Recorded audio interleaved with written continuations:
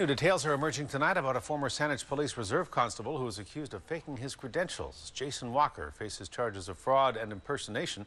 Police say Walker claimed to hold a PhD and held positions at high-profile and highly respected institutions, including the University of Victoria and the Vancouver Island Health Authority. Saanich Police say there are no new charges against Walker, but they expect that there may be as they continue to investigate.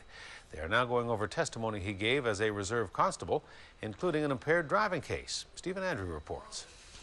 According to a Saanich Police statement, the concern regarding the testimony relates to whether Walker identified himself as a doctor while on the stand. Well, speaking generally, anyone who makes a false statement under oath or under solemn affirmation, knowing that it's false and with an intention that it mislead, can be charged with perjury.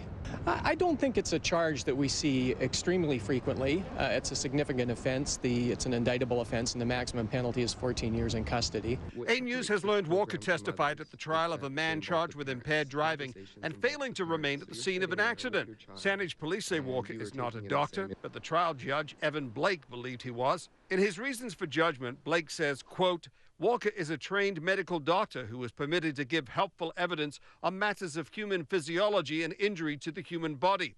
The court heard how Walker, in uniform as a Saanich Police Reserve constable, arrived at a crash scene and pursued the accused, who ran from the scene.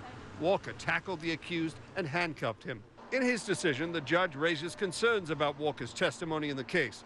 As to whether the accused was legally impaired, the judge writes, on the question of the defendant's alleged physical inabilities, the testimony of Auxiliary Constable Walker appears more than a little overripe when compared with the notes which he took at the time.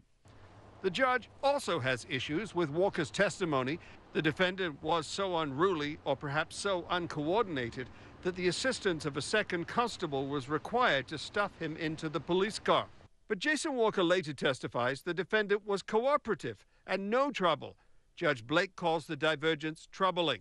Judge Blake found the driver not guilty of impaired driving, but convicted him of leaving the scene of an accident. Saanich Police say they have notified Crown Counsel of their concerns about Walker's testimony.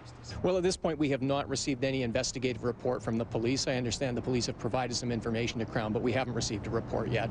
The allegations against Jason Walker have not been proven in court. He is scheduled to make his first court appearance on January the 21st. In Victoria, Stephen Andrew, A News.